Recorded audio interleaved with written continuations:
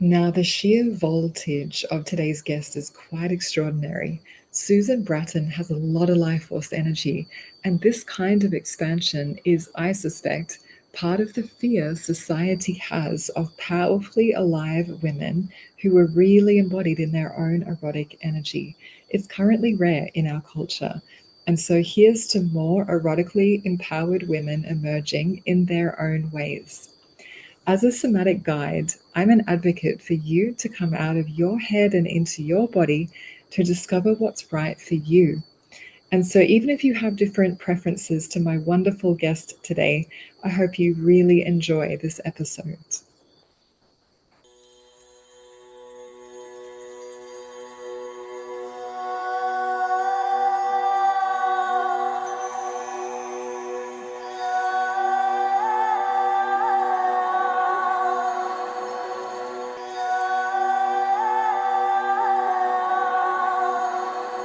Welcome, everyone, to this provocative and heartfelt podcast, Beyond Patriarchal Sex, a place for both women and men to elevate ourselves, finding out what it takes to live beyond our conditioning and assumptions, not only for ourselves, but also for the coming generations. My name is Devashi Shakti, and you are warmly welcome to be part of these conversations.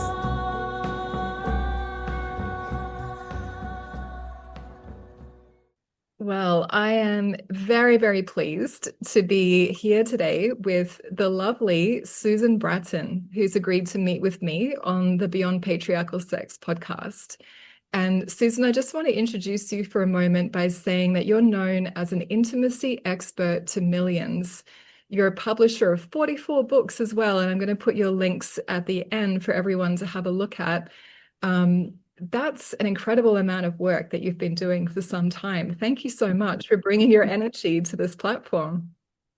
Devashi, you had me at beyond patriarchal sex. I mean, oh my God, if there were ever two kindred spirits, it's you and I. So, I like that idea of agency because, it's, social media is a wonderful thing and it brings us all together and we're able to trade ideas and we're able to say what we stand for and all of those kinds of things.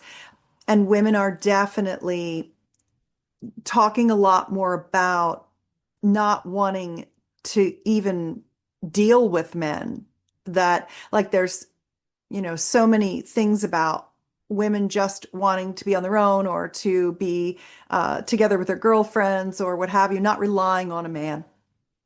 And it's funny because I'm in my 60s and I've been married for 34 years.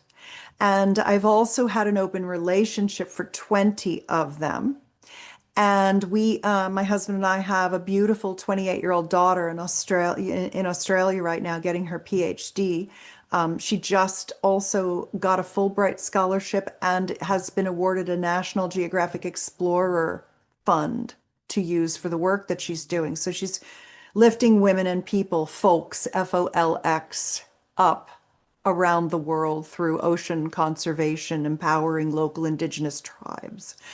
And I just think to myself, it's my daughter's era where she is able to love fully the people who come into her life while still being agentic, while still knowing what her mission in life is, while still being able to take care of herself and support herself through her approach has been through scholarship for projects. That's how she supports herself through grants and scholarships.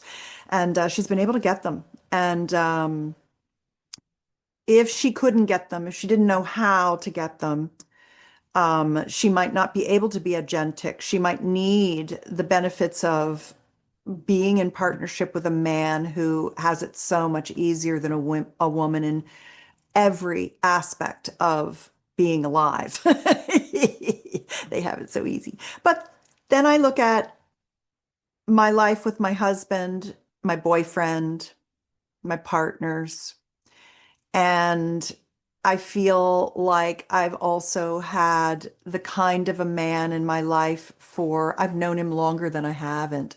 We've been together longer than we haven't now. And he has been the wind beneath my wings. He has been my constant supporter. He has been the one who has believed in me even beyond my own belief in myself.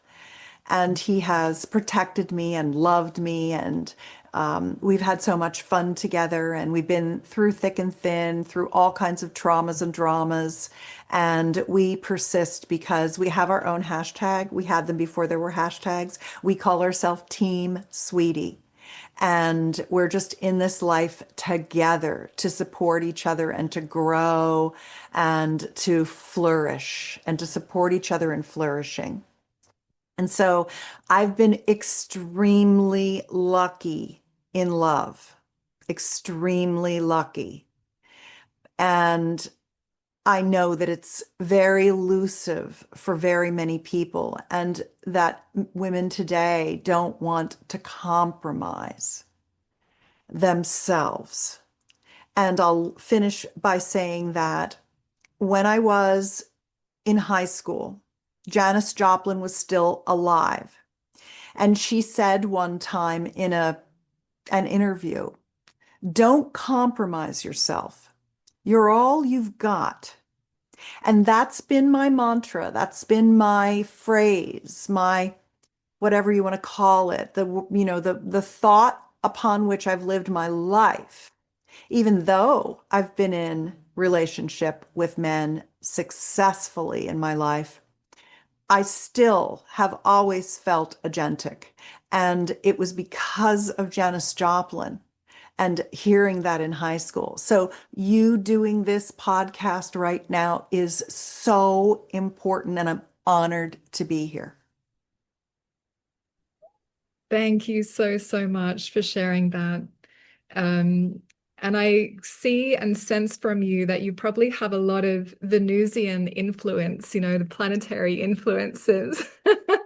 And I saw that you were on one of the biggest podcast platforms, probably in the world recently.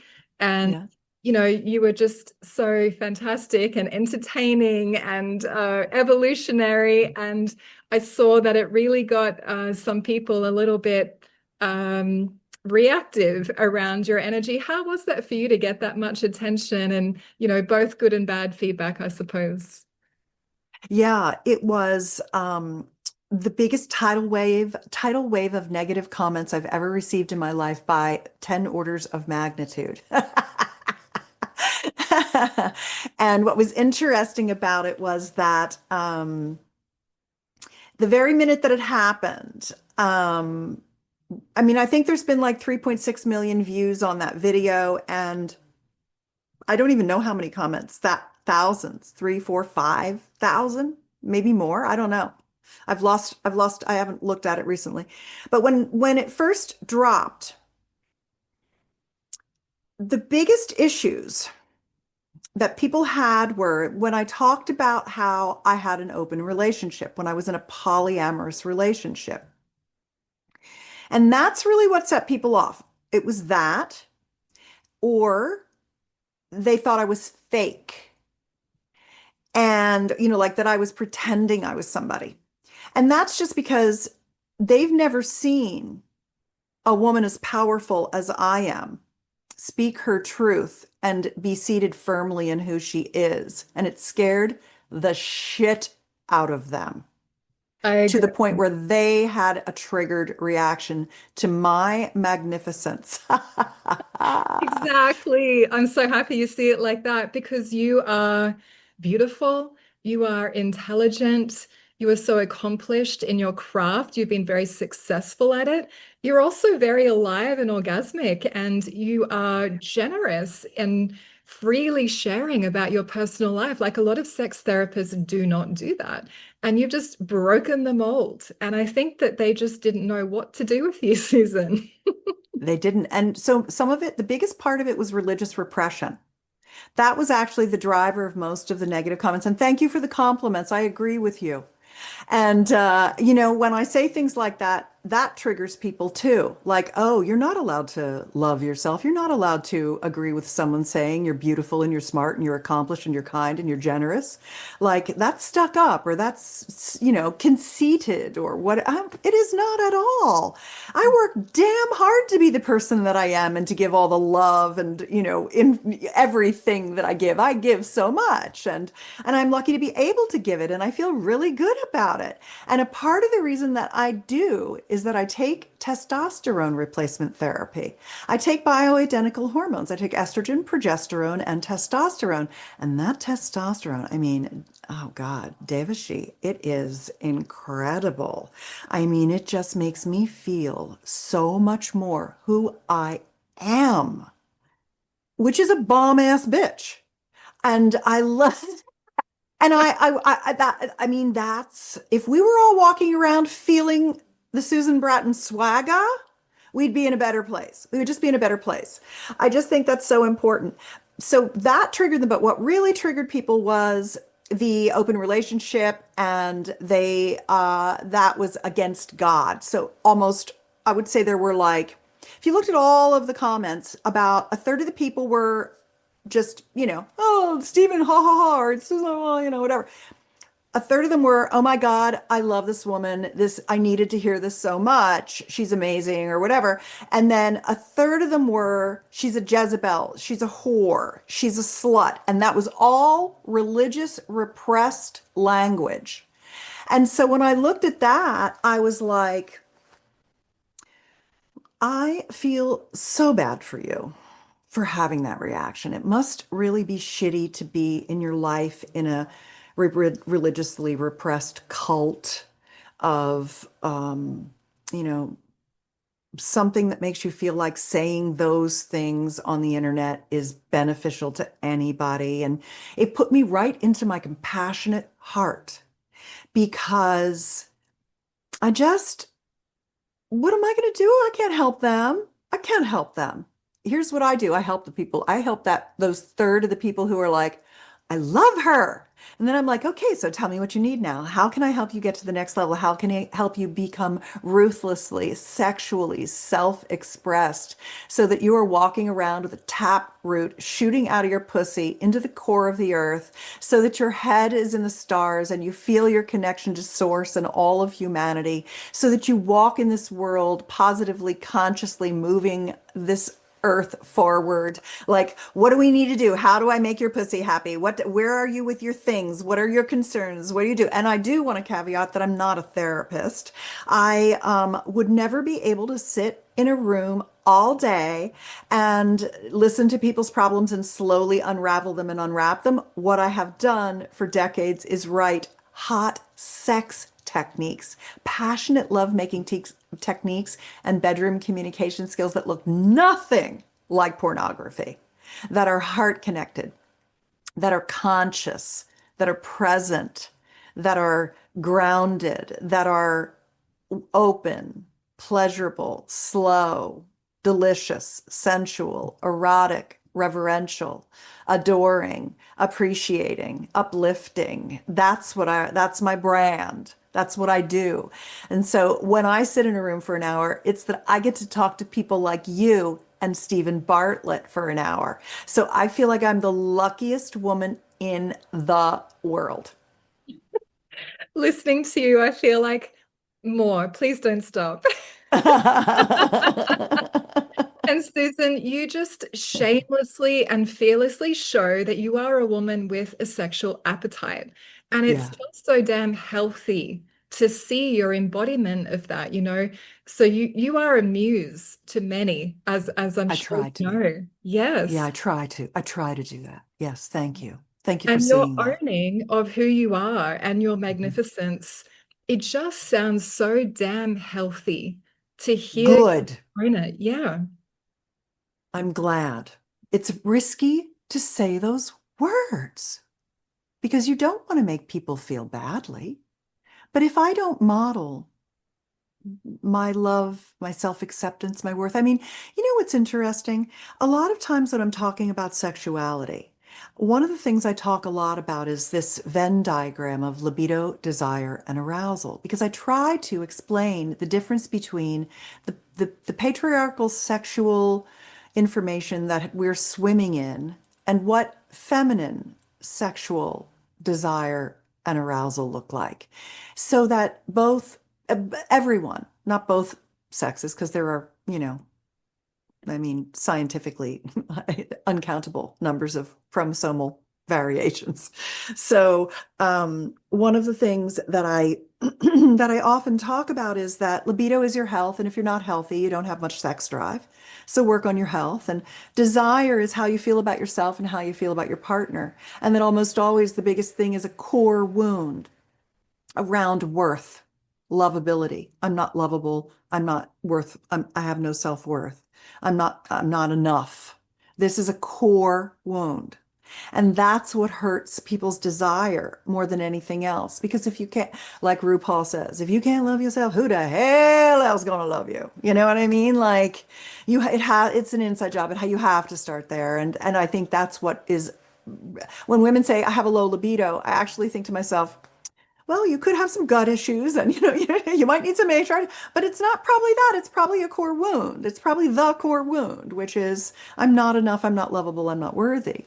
And I think that's very interesting. And then arousal is where you get into the real patriarchal piece of it, which is how the female genital system climbs the arousal ladder as compared to the testosterone dominant penis owning Homo sapiens arousal ladder, which is all we've ever seen. So we think there's something wrong with us rather than there's something wrong with all media, all television, all movies, all books, all everything, because we need to have agentic media, not agrarian media, which is what we became chattel. We became cattle and chattel, and we lost the matriarchal lineage, and we now have the patriarchal lineage, which is just bullshit. They don't have the fucking babies. Fuck that shit. I mean, they're So, so limited in the pleasure that people are feeling under patriarchal sex. It's incredibly limiting in what yeah, people can feel. And in my understanding, Susan, the number one thing to dissolve, dismantle the paradigm of patriarchal sex is the actualization and embodiment of female desire. yeah. Because without us inhabiting ourselves in that way, we're not giving the signal, we're not giving the cues to our partner to know how to connect with us. Mhm. And so I imagine that to become the woman, the fantastic, amazing woman that you are today, you grew up on the same planet as the rest of us, and it probably Yeah. wasn't always like this, yeah? Mm. Hmm. Yes. Are you Yeah. willing to share a little bit about what did patriarchal sex kind of look like or feel like to you in the past version of you? Like it feels for everybody, like my job is to service the cock, the wand of consciousness, but it wasn't. It was asleep. Like how I looked was more important than who I was or what I thought. Like sex meant intercourse, and I was penetrated too early 1,000 times. Um, like when he came, that was the completion. All of those kinds of things and more. For everything from sexual assault to date rape to shame, slut shaming to, you know, girls ganging up against other girls before we were even women, for the competition for the male gaze, um, having to look perfect all the time instead of just however the heck I looked, being the right size and shape, and all of that stuff. We know what those things are. We're very aware of what those things are. I wonder if the question is, how did I get out from underneath that? What did that look like? Yes, yes. Well, firstly, I think there are a lot of people who just think that what you've described is just how it is. This is Yeah, this is what reality is, which is a yeah, very unfortunate place to be stuck. So, how did you get out from underneath all of that, Susan? yeah. I'd say probably, and this is a question that I also have for you, Devashi, and that is, I'd like to hear more about your expanded, orgasmic, ecstatic bliss states of pleasure. Like, I'd love to hear you describe them. Because I think how I got out of it was getting into an ecstatic conjoined trance state and completely after having learned to completely feel comfortable fully receiving um and without a quid pro quo of expectation that I would return anything, the receiving for the pure pleasure of our mutual joy in that. That a man could want to do that, or any partner could want to do that. In my case, it was a man. I'm primarily heterosexual. I'm a I'm a dabbler in alternative genres. My core genre is men with giant, delicious penises, and they want to play with all my bells and whistles all the time, and a couple of them at the time. I've had over 1,000 threesomes with my two men. So that's kind of my jam, is I'm really good at receiving massive amounts of pleasurable sensation and bringing everyone with me to high levels of joy through that process. And I think for me to begin to get there, what was the portal was an expanded orgasm practice. I had started out, the reason I got into this business was that I hadn't had an orgasm from intercourse ever in my life. And at 42, I was avoiding my husband, Tim, after 11 years of regularly fucking him because it was my duty. I didn't want to do it anymore, and I was avoiding him for sex, and it was ruining our marriage, and he was very unhappy, and so was I. And when we peeled back the layers and we tried to solve the problem, we realized that we just didn't know what the heck we were doing in the bedroom, because nobody does. Because we censor sexual pleasure, especially female-led pleasure. Everything is porn. Porn is readily available. It's like ultra processed foods, readily available for you to get addicted to, but true feminine pleasure is never depicted. And that's why it's hard for me to even watch movies, because I just am like, oh God, not again. Like it's just always so disappointing to me. I So agree. I totally agree. it is. So the expanded orgasm practice is a clitoral stroking technique. And it's been called many things. It was created here in California in the 70s by Victor and Susie Barranco. And they had a cult here in Lafayette, California called Moore House. Moore University was what it was called. And these were people living together and they were practicing this clitoral stroking technique.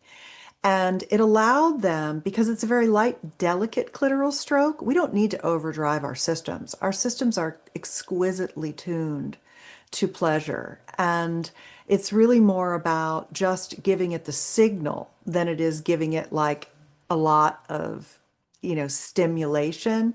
And they taught many, many people, some of whom went on as disciples to teach various versions of it. Uh, the welcomed consensus. Uh, Stephen Verabadansky did extended massive orgasm. I forget the couple that did the Venus butterfly effect. Then Dr. Patty Taylor, who is my mentor, I'm carrying on her lineage. She taught a Kashmiri Shaivist Tantra version of that called expanded orgasm. And they're all basically this simple clit stroke. There's 5 strokes. There's 3 opening strokes, a clit stroke, and a closing stroke. It's a very simple practice, but it takes mindfulness and deep limbic connection, total trust, and relaxation. Oh, and I forgot about One Taste. One Taste is probably the most recent and current version of it. These experiences, ecstatic experiences, are extremely compelling for people. And when they start to experience touching source, feeling palpable connection to all that is, to consciousness, to Gaia, to life. And then you don't feel so alone. Um, Religion wants to stamp that out, and psychopaths want to use that to control you, sociopaths mostly. And the religion, the religious control is to keep you not having incredible sex and finding a different path to quote unquote God than your own body and source. And so when you're not coming to church and you're just having hot sex and you're feeling God and you don't need them, you're not in their cult tithing to their church, and they can't make their rules to make you behave the way they want you to behave. You're uncontrollable. And that's what I am. I'm uncontrollable. And that's very scary to people because it's just, not a structure that most people are comfortable with. And that's what really great sex can get you. And by sex, I don't mean intercourse. I actually mean orgasm. And so what I'm really about and what my area of interest is our human orgasmic potential. And it's interesting that, again, going back to this kind of patriarchal thing, when we think about orgasm, we think about, and I'll finish up so you can get a word in edgewise, but I love to speak about these things at this level, and I know I don't get to do it very much. Most people are like, how do I get my husband or get my wife to have sex with me? Like it's so far back from the conversation I get to have with you, so I'm really excited. The way that we think about orgasm is a male ejaculatory orgasm, the one and done. I climb the ladder, I go to the climax, I have the moment of climax, that's a release, and then I have to have a refractory period. That's not at all how the human body works. It's not how women work, it's not how men work, it's not how the body works. It's just what we've seen modeled so that a guy can blow his nut, basically. And we think sex is intercourse, and we think an orgasm is blow your nut stuff. And that's a disservice to all people, not just women. And so women are actually ahead of men generally in understanding that they have more orgasmic potential. They're like, oh, I want to have a clitoral orgasm. I want to have orgasm from intercourse. I want to find my G spot. I want to know, is female ejaculation, it's not pee? What is it like? Could I have it? Oh, I've had anal and it actually feels really good. Oh, you mean I can have nipple gasms? I'd like to try that. I like my boobs played with. I like them sucked too. Will that give me nipple gasms? Oh, you mean I can have throat gasms? Taking the wand of consciousness a little bit deeper in my throat. Oh, the gag reflex is actually the beginning of an orgasmic contraction if I relax. Oh, you mean I can ejaculate from my throat, not just from my yoni?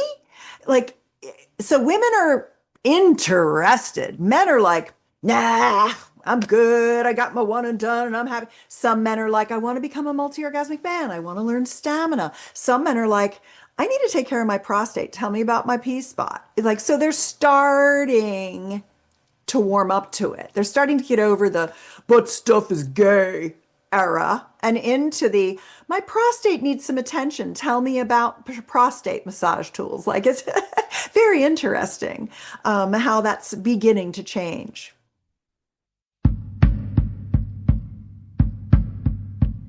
If you are a woman who wants to live beyond patriarchal sex, you're going to love the Tigress Path. It's primal feminine spirituality with deep somatic teachings and female embodiment practice. Currently, we have classes online and in person. There's the annual Tigress Bali retreat and more. So reach out on social media or go to thetigresspath.com for details. And there is so much in there that you just shared, Susan, that I would like I to. know. A lot of information. And What was the thing that I said that hit you the most that was like maybe new to you or was like, oh, that's an interesting way to express anything, whatever you thought? well, firstly, I'm really glad that this could be a space for you to explore expressing things in ways that you don't get to normally. But really, the thing that stands out to me the most is this fear in the collective, in the culture, in society of an unleashed, liberated woman, as though she has no capacity for containment within herself. And I think that is the lie that patriarchal religions run on. And what's Right? That's the Jezebel, the slut, the whore. That's how they get you down. And that was what I noticed when I read all the comments. yes, yes. But in your experience as such a free woman, Yeah. can you share, and I can say too, but from the inside of your own experience, what are you connecting to inside that allows you to be conscious and grounded in your experience? It's not like you're just being blindly led by these erotic forces that have no consciousness about them. It seems to, I can't even wrap my head around the distorted idea that makes people so afraid of female sexual power. But I imagine it's something like that. Like it's so wild and unpredictable, and we can't control it, we can't contain it. So we just need to condemn it and demonize it and suppress it. Well, I think there are two forces at work that immediately arise for me. One is that being with a sexually self-expressed woman is, thank you, sweetheart. My husband just, I've been raving about you down here on the podcast. He just brought me a glass of water. Um, I think the first thing is that a woman will take my spoils if she gets too powerful. So it's, I am in control and I want to stay in control. So that's one thing. The power of an agentic woman who takes her pleasure, who asks for what she needs, who's confident about her skills, who's found a way to make money doing what she's doing so she's not reliant on other people. I'm in relationship with my partners because I want to be, not because I have to be. So if I'm making that money, there's the fixed pie mentality rather than the abundance mindset of a big part of the men in control that I'm here as their slave to earn them money, not to take a piece of their pie. Men grow up in a pecking order. This is the work of Dr. Terry Real. He'd be good on your show too. I love Terry's And work. Yes. so you know Terry, and what he talks about is men are hierarchical pecking order. So if I'm not going up, I'm going down, and I don't want to go down. So I'm squabbling over the pieces on the chessboard. And that's not how women are. We are team, we're community, that's how we are. We really need to be running the world very soon. We must take control now because men have really fucked our shit up. That's the first thing that I think it is. It's like, you can't have what I have.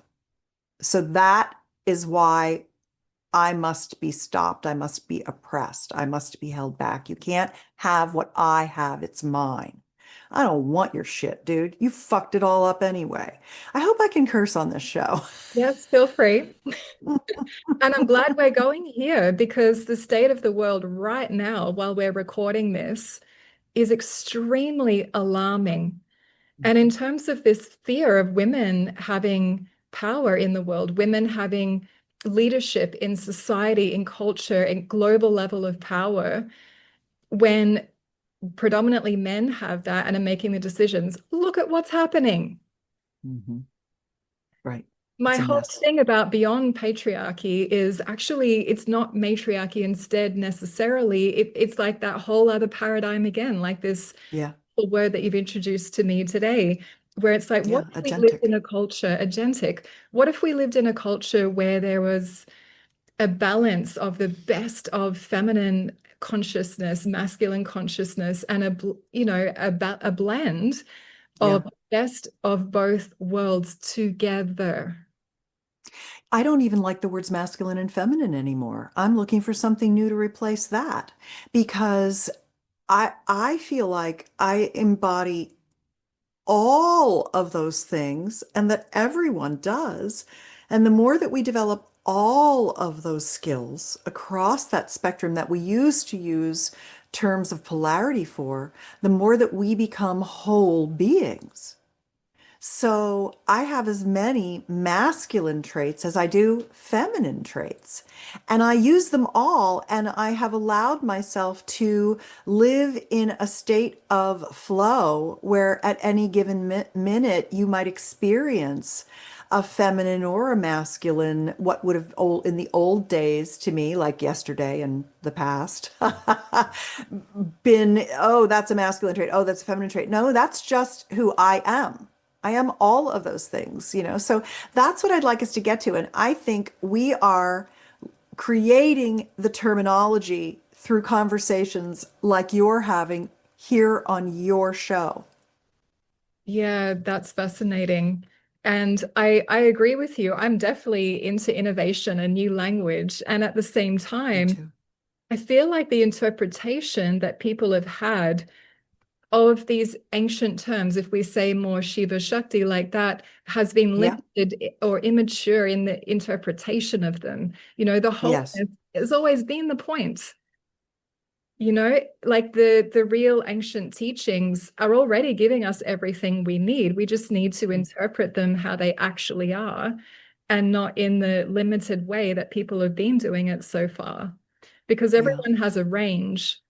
Everyone obviously has masculine, feminine traits.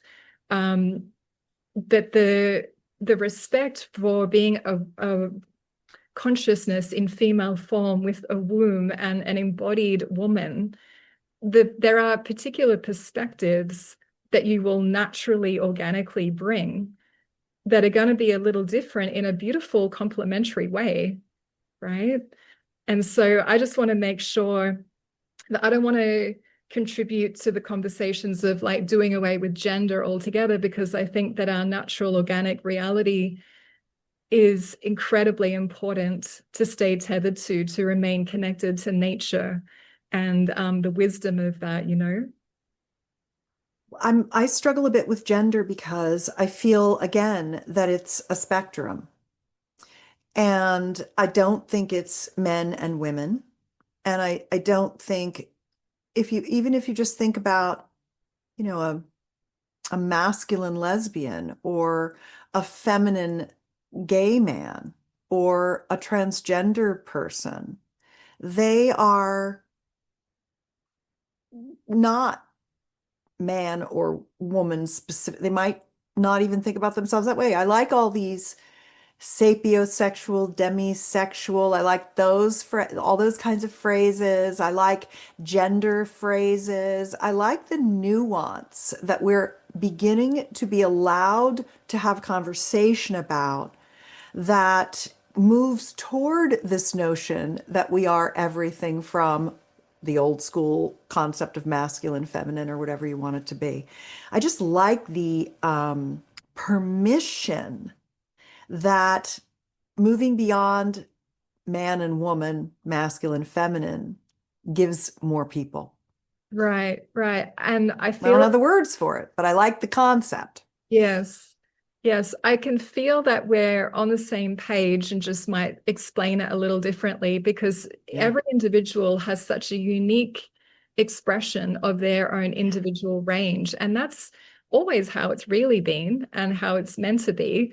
Um, Yes. but maybe the language around it can feel limiting at times. And the stereotypical perceptions in the world are kind of dull and boring and don't allow that full uniqueness to shine through when people break the mold.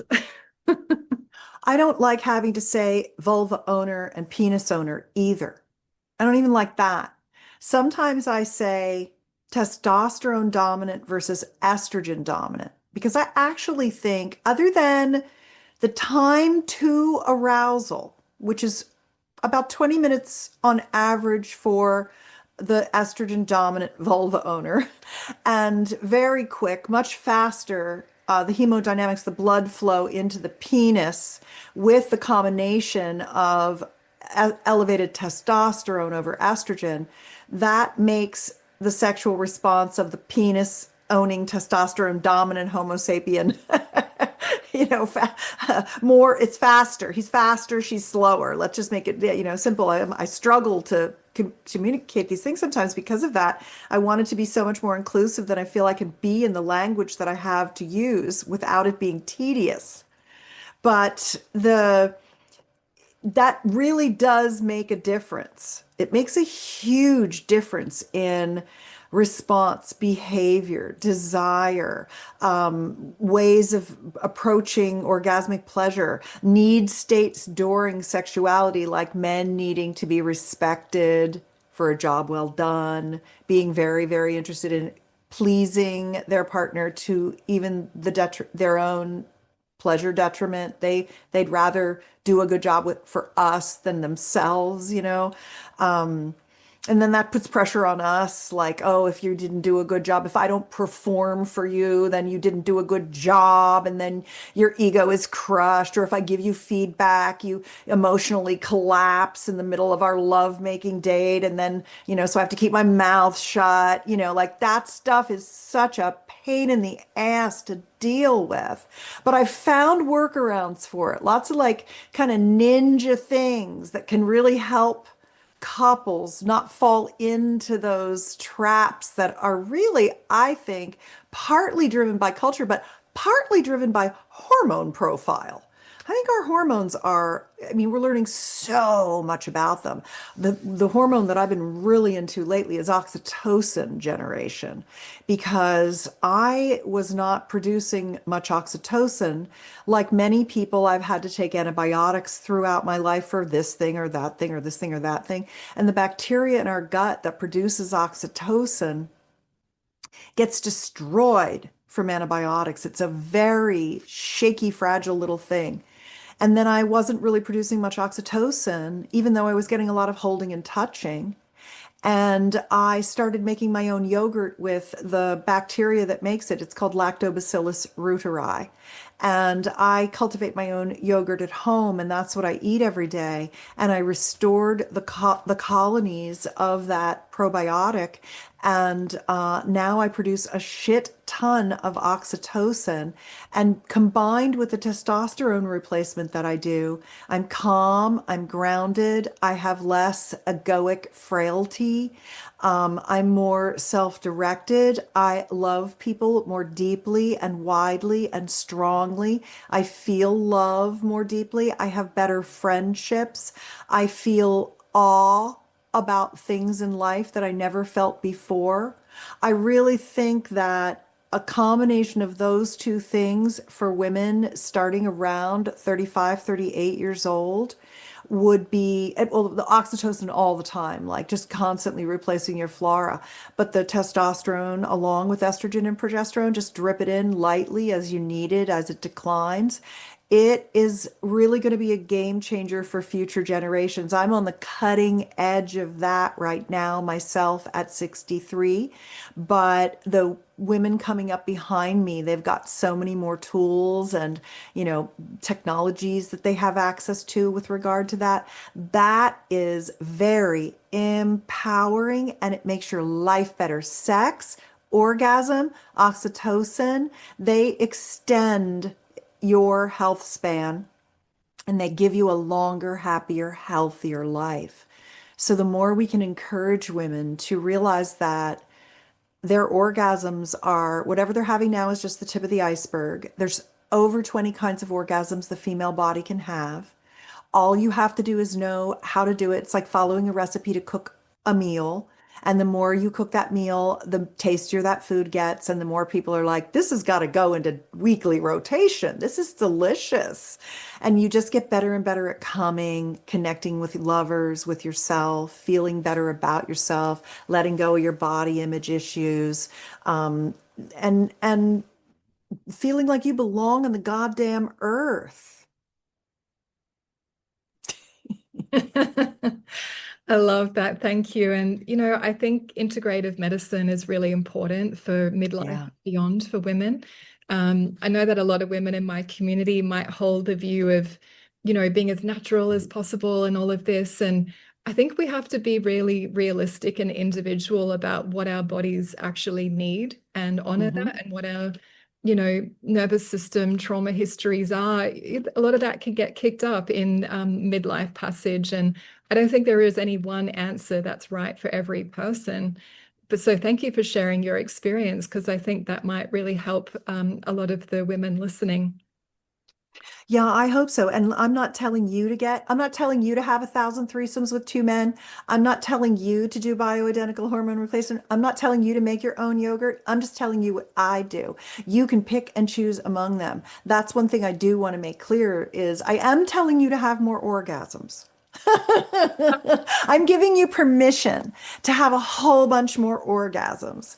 And I think that's really the only thing here that I'm being prescriptive about. But Well, I I don't think do, anyone's going to argue with that. yeah. Well, I mean, I think people do need, one of the things that I noticed about a decade into my work was that people really needed permission to have pleasure. As a matter of fact, one of my girlfriends, Cindy Sharkey, wrote a book, Permission for Pleasure.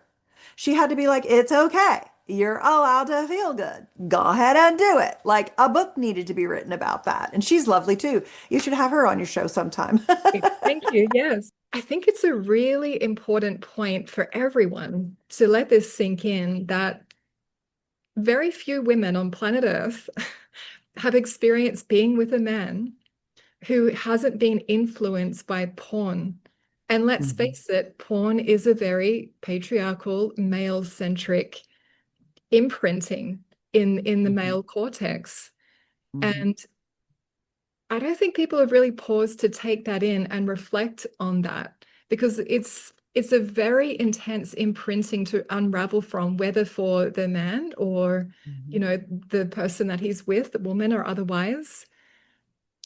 So for a woman to be approached as a whole sentient being with her orgasmic current throughout her entire body and not Mhm. just her sexual organs, capable of multi-dimensional, infinite orgasmicness, Yes. instead of just experiencing herself as this object for him to masturbate with, because that, Or into.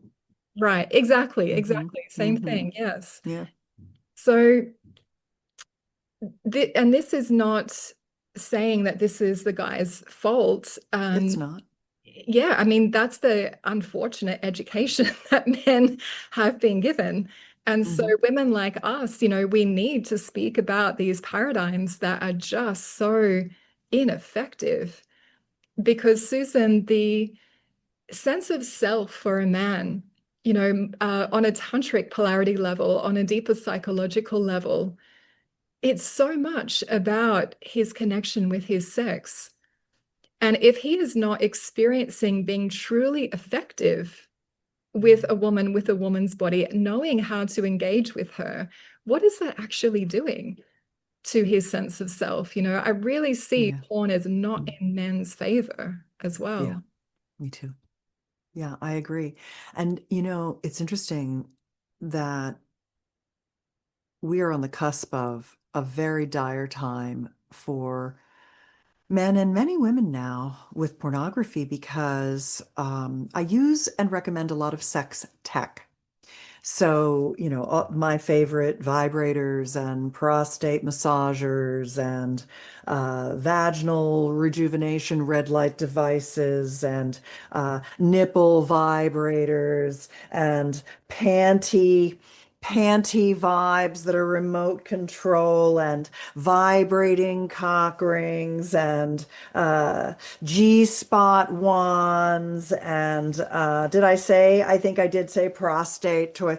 So like I recommend sex tech because it activates the tissue, the mechanoreceptors, the heat sensors, the Carpinian like corpuscles, and the Ruffini nerve endings, and the vagal nerve, and the pudendal nerves, and the entire brain area that processes our pleasure signals, and the toys, the tools, the vibrations, the tapping, the thrumming, the humming, everything. They really get that tissue engorged and online so your brain is aware that you're feeling pleasure, and so your pleasure expands.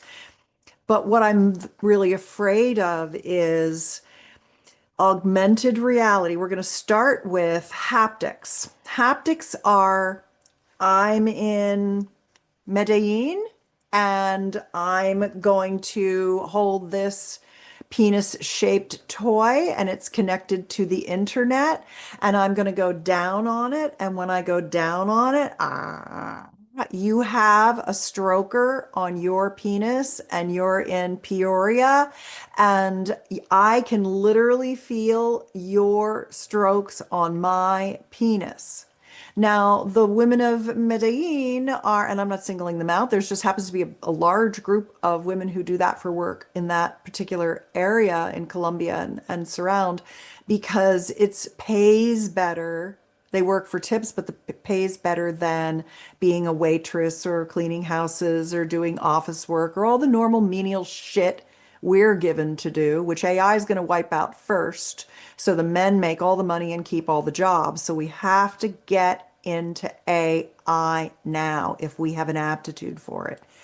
And he's paying her to have a realistic physical experience that's remote, and that's what haptics is. Haptics. But what happens now, she's going to be replaced by AI. So now we have video generative AI, and now the sky is the limit. Guys are going to have their dicks strapped into machines, vision goggles on, and they're going to have so much intensity of dopaminergic, pleasure that they're not even going to want to fuck us anymore. Okay, now this is something I have not heard of. I'm learning about this today in real time. Okay, so Yeah. it's like deleting women from the equation. But women don't want to fuck them anymore anyway because they don't do the work and they oppress us and they're assholes and they masturbate inside us. And so we just want to have, we just want to have a house in the woods with our girlfriends and our kitty cats. Like, like we just want to live in Bali with our girlfriends and our kitty cats like you do. And let our men come over and serve us. So, and as we make more money and as we get more education, and now more women are getting educated than men, what are they going to do? A lot of them are going to need to have those experiences because they are not desirable. So it's very, very interesting. But remember, we are the mothers of the sons, and we have it in our power to change it. We have to learn how to do that too. So all is not lost, but there will be bumps on the road. Right, we I do. actually think we're making great progress in the grand scheme of things that we've been bitching for an hour. I think we're making great progress because you know what the first signs of progress are? Awareness of the issue. We can't fix it if we don't know it's broken. So we have to go through this period of grave distress and frustration and disgust and being like pushing it away, getting rid of it, and being like, no more of that. Okay, what do we want to do? Oh, okay. And that I think is really what your podcast is about. Your podcast is about not just highlighting the injustices of the current or the old agrarian system. I'm just using this language for our podcast now. I'm just trying it on to differentiate where we've been and where we're going to the agentic era, where we are sovereign and can take care of ourselves. We've gotten that way in my lifetime. I was born in 1961 to a feminist. and we got women's rights in my lifetime. I was able to go to college and get an education. I was able to work in tech and make good money. I couldn't have made the money. I couldn't have done as well as I did if I hadn't had a first career in tech, because you can barely live as a sexpert because it's censored and you don't get any traffic. And for you to make money, you have to have people buy your things. And if they literally don't even know you exist because you're censored, you are relegated to the dustbin of poverty. And so that's what's happening right now. And one of the things that I'm doing is I'm running something called the Intimacy Alliance.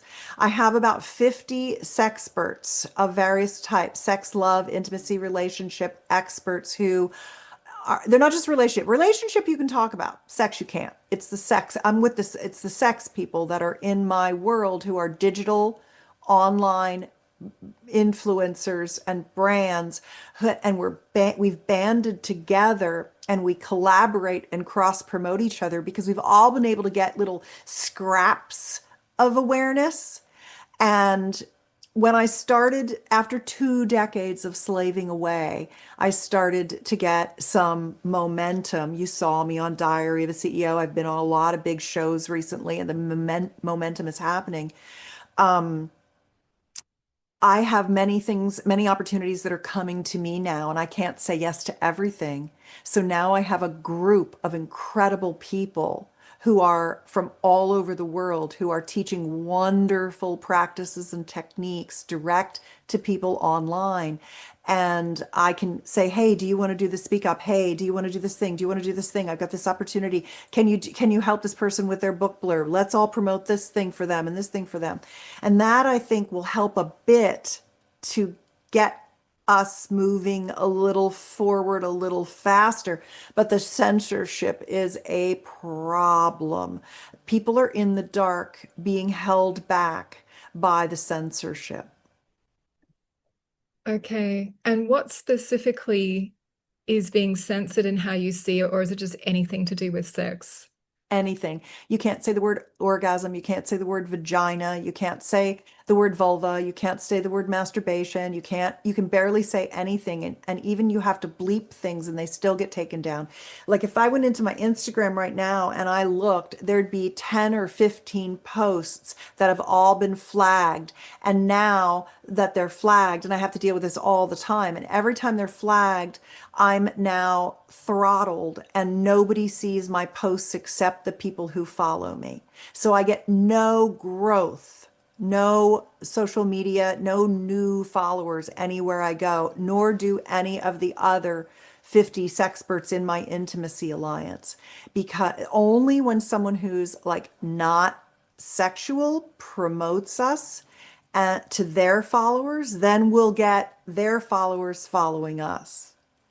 But we struggle with that too. But I've found quite a few things to get in front of bigger audiences where, like, I target popular culture shows, I target entrepreneurial and kind of personal growth shows, not just wellness and longevity and not sexuality and relationship, because it's a much bigger audience and I can be diluted in there so I don't get my stuff of theirs doesn't get flagged so that I can reach more people. It's all about reaching more people.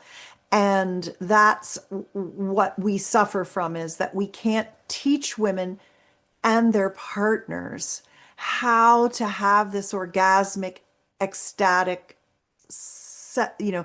sexuality that serves us and fuels us and helps us with our creativity and our financial stability because we feel so good about ourselves and we feel so more empowered. We're under the thumb. We're under the thumb of the patriarchy with the censorship. They're controlling us. They're keeping us down because we're scary when we're agentic and sexually self-expressed. I like to call it ruthlessly sexually self-expressed. That's so scary. Oh, she's Yeah. having a good time. She doesn't need me. She's confident. I can't control her. Oh my God, shut that shit down. Don't let those ladies know how much pleasure they could be having. Just make sure that they're here so that we can just pump and dump our semen in them and take away all of their rights. And make sure that we're surveilling them and checking the wastewater to see if they're on birth control. Like we have to keep them barefoot, pregnant, and dumb. And that's what's going on. That's why we struggle. And that's why people don't know what to do. And that's how porn keeps us down. Porn keeps us down. Yes. It's nuts. And And it all hurts of us, people. all of us. Yes. All of us. I'm personally here for the substance of this work and the research project, not for the likes. But if you want to see interesting and prominent speakers become part of this research, there are two things that you could do right now to help make that happen. First one is to follow the Tigress Path on Instagram or Spotify and to leave a 5-star rating with a review if you can on Apple. These two things genuinely help so much to get this podcast and research on the radar of those who can help expand the conversation wider. And may we all be free from suffering. Yes. Thank you for being so damn explicit in sharing that, because someone, without you having named all these things, someone could easily just assume, they're wanting to control the resources and who gets airtime because they don't want to take profit away from the porn machine industry. But it's actually much more insidious than that, in the fear of liberated women. Exactly. So let's liberate, shall we? Yes, we shall. We are. Great. We are. That's what we're doing. Thank you for the opportunity to liberate together today. That was really fun. I love talking about it. You found the right person when you found me. This is like right up. This is what I want to be talking about. And I don't get to enough. So thank you for the conversation. There are some kind of bizarre to me, and I'm sure to you, statistics coming out of how many people are actually no longer having sex. And Mhm. because sex is not just sex, is it? It's what it connects you to. It's this Mm. restoration of your sovereign divine connection and being part of nature and expanding your consciousness, like all of the other impacts that it actually has aside from pleasure. What happens in your perception to a society Yeah. that is having a lot of the young people, I think, especially under 30, some of the stats are saying like people are just not having not just relationships, but not even sex. So, what is the outcome predictably when that is becoming a norm? I'm not sure it's true. Everybody, but then again, everybody I talk to them because they are having sex. I see burgeoning sexuality. I see people in poly relationships. I see people doing kink and BDSM and tantra. I see people using more pleasure tools. I see people going to sex parties. I see people having all kinds of interesting relationship constructs. I think that there's more and more information out there than ever. Even though it's censored, we're getting it out there, right? I mean, just being on the reason I love podcasts is that I can have an uncensored conversation. I can't on any social media. And I'm worried that that's going to change. I'm worried that there's going to be censorship coming to podcasting. I don't want that. That's the last thing I want. It's the only place we can have legitimate, real talk anywhere. But I think because of podcasting, and maybe also Substack. Substack. I just launched two newsletters on Substack. I launched my Better Lover newsletter on Substack, and I launched Longevity Wins. I write a longevity newsletter as well.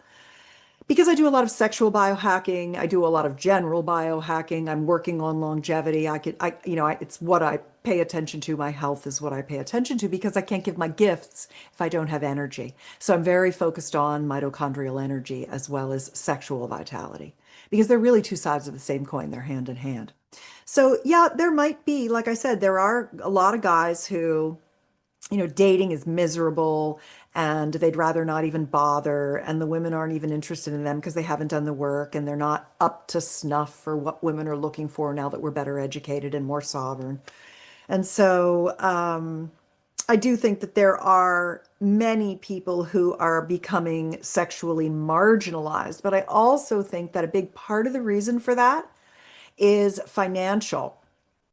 School and education loans became so expensive that people can't afford to go because we haven't, and I'm just talking about America right now, but we haven't upped the minimum wage. I don't even know since when. And so prices just keep going higher and higher, and people are struggling. And so they can't afford to even go out on dates. They can't get an education. They're working a lot, many times multiple jobs at minimum wage, barely making ends meet, living in shitty places. They can't even think about dating because they can't make ends meet. They don't have health insurance, things like that. So the capitalistic oligarchy tech cabal who is now going to use AI to replace everyone. Now they're getting rid of our Medicare and our Medicaid for our elders and our small children and things like that. And it's just going to get worse and worse and worse. So I think what's holding people back from having sex is money, not the sex itself. It's the capitalistic environment. And I'm a capitalist. I mean, I run a company. I want to make profit. But I'll tell you something. The people who've worked with me have worked with me for 2 decades. I've had the same team for decades. We've raised their children. We've put them through college. I mean, all of our people have been able to get a house, send their kids to school, get a car, raise their standards of living, and all of those kinds of things because we keep them, we train them, and we take care of them. But that's not what it's like for most people. So I think the sexual issue is much more a financial issue than a societal or cultural issue. That's a super interesting answer. And because capitalism and patriarchy are so entwined, I really hope to bring the economic reality and how that's affecting relationships and sexuality more onto this podcast in future. And Yes. just as we wind up, Susan, because there was a certain podcast, we don't have to name it necessarily, that went out recently, and there was such a massive uproar about anti-polyamory as a result. Um, you know the one that I'm talking about or not? Okay. No? So it's to do with Aubrey Marcus. And so Oh, right, right, right. I Yeah. don't feel like I need to give my opinion about them at all, but I just Yeah. want to mention here because you have Hmm. openly shared, you're in an open marriage. You've been in Yeah. it for a long time. I think Decades. people are on this rampage at the moment to really slam alternative relationship choices. So I want to say that whatever perception anyone listening has about polyamory, there are infinite ways that that can be expressed and Mhm. experienced. And it's incredibly different. Like, I think people have a really negative impression about it. And it's sometimes very true, that people are very superficial emotionally and, they're not, there's no deepening, that there's no true relating going on. But the way that you are experiencing your alternative relationship paradigm, like, I have the impression that there's a ton of emotional safety. There is so much deep love and respect and reverence for each other. And I mean, it's none of anyone else's business for a start what you choose to do in your personal life. But because you have freely mentioned it, I feel like I want to say this as we're winding up that not all expressions of it are going to be the same. And obviously, you're doing it in a way that's truly working for you. It's what you want as the woman. We And all want. Everybody in it wants it. everybody in what you're experiencing wants it. Absolutely. So it's all consensual, it's all healthy, everyone's happy. Yeah. Yeah. So I don't think monogamy is the only way. I also don't think polyamory is the only way, but there is the optimal way for each individual person and their path and their choices.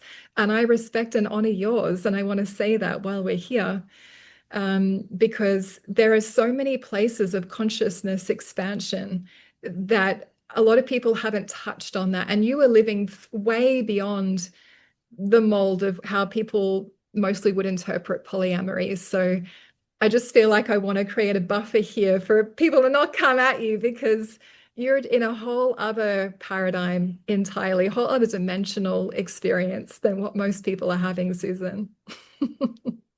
I think that thank you for safe porting me. I really appreciate that. And I've noticed that you've provided safety and structure throughout this whole interview, and you do that very well. It's very impressive.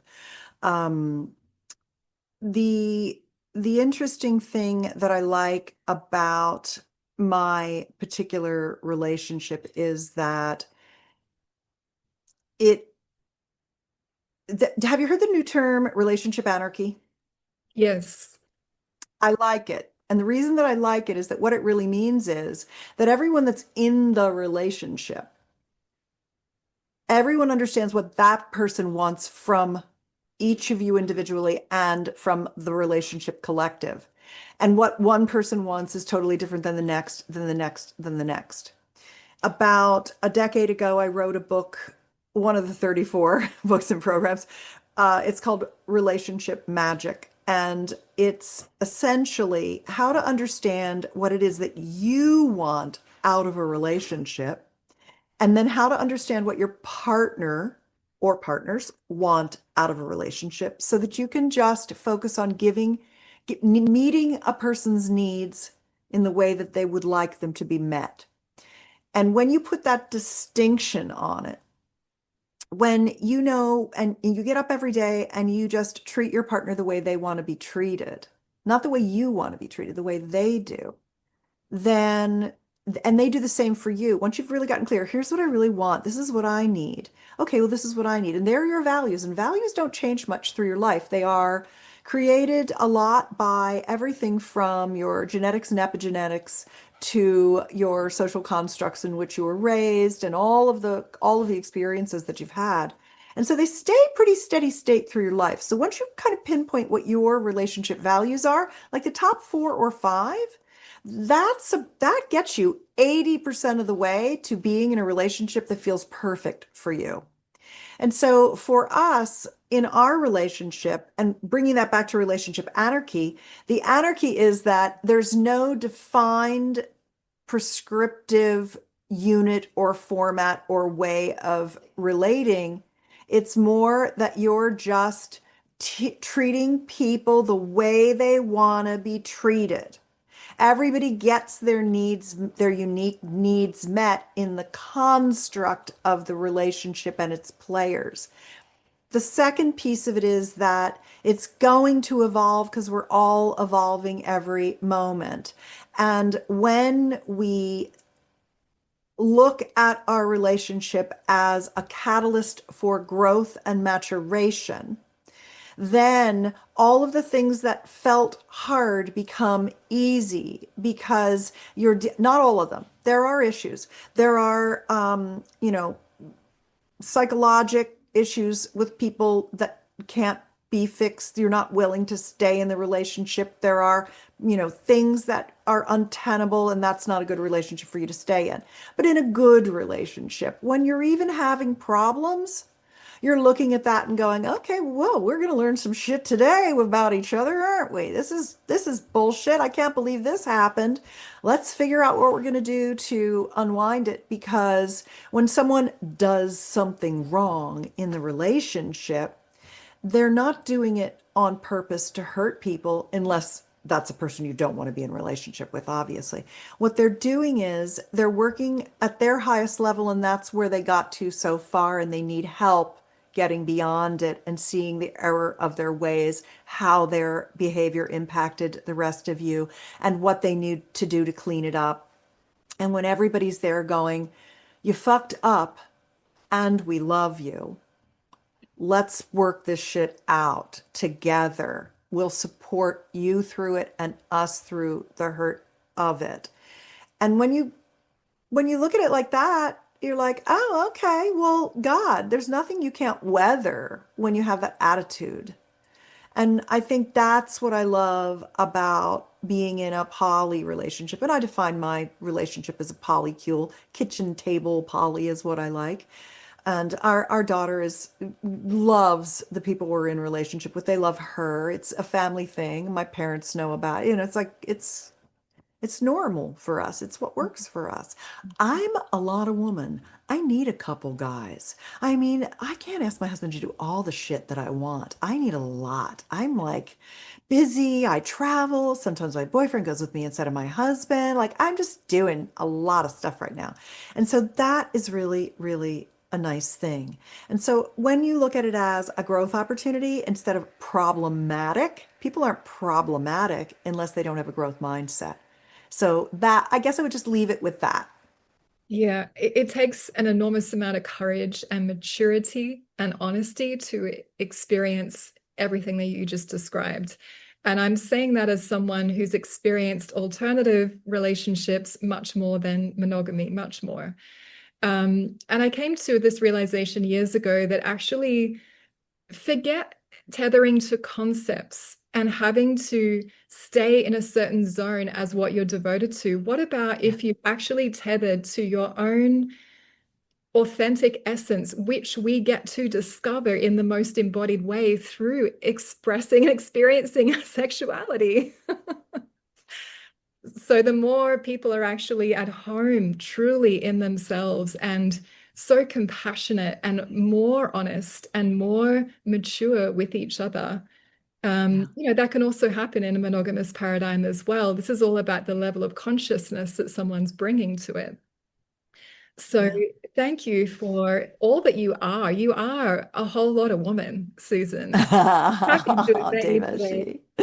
Thank you so much. So are you, darling. I've really enjoyed our time together. It was truly a joy to be with you and to feel the loving embrace and your brilliance. It's been really a pleasure. I hope we'll get to do it again.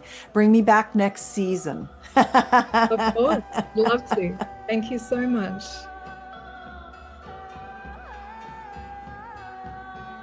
If you enjoyed listening to this episode, please do share it around on social media. And know that everyone is invited to be part of our research in the anonymous survey. Your contribution will help reveal the exact ways men and women can live beyond patriarchal sex and find greater harmony together. You can find the link to our survey and also details on the Tigress Path for Women via thetigresspath.com.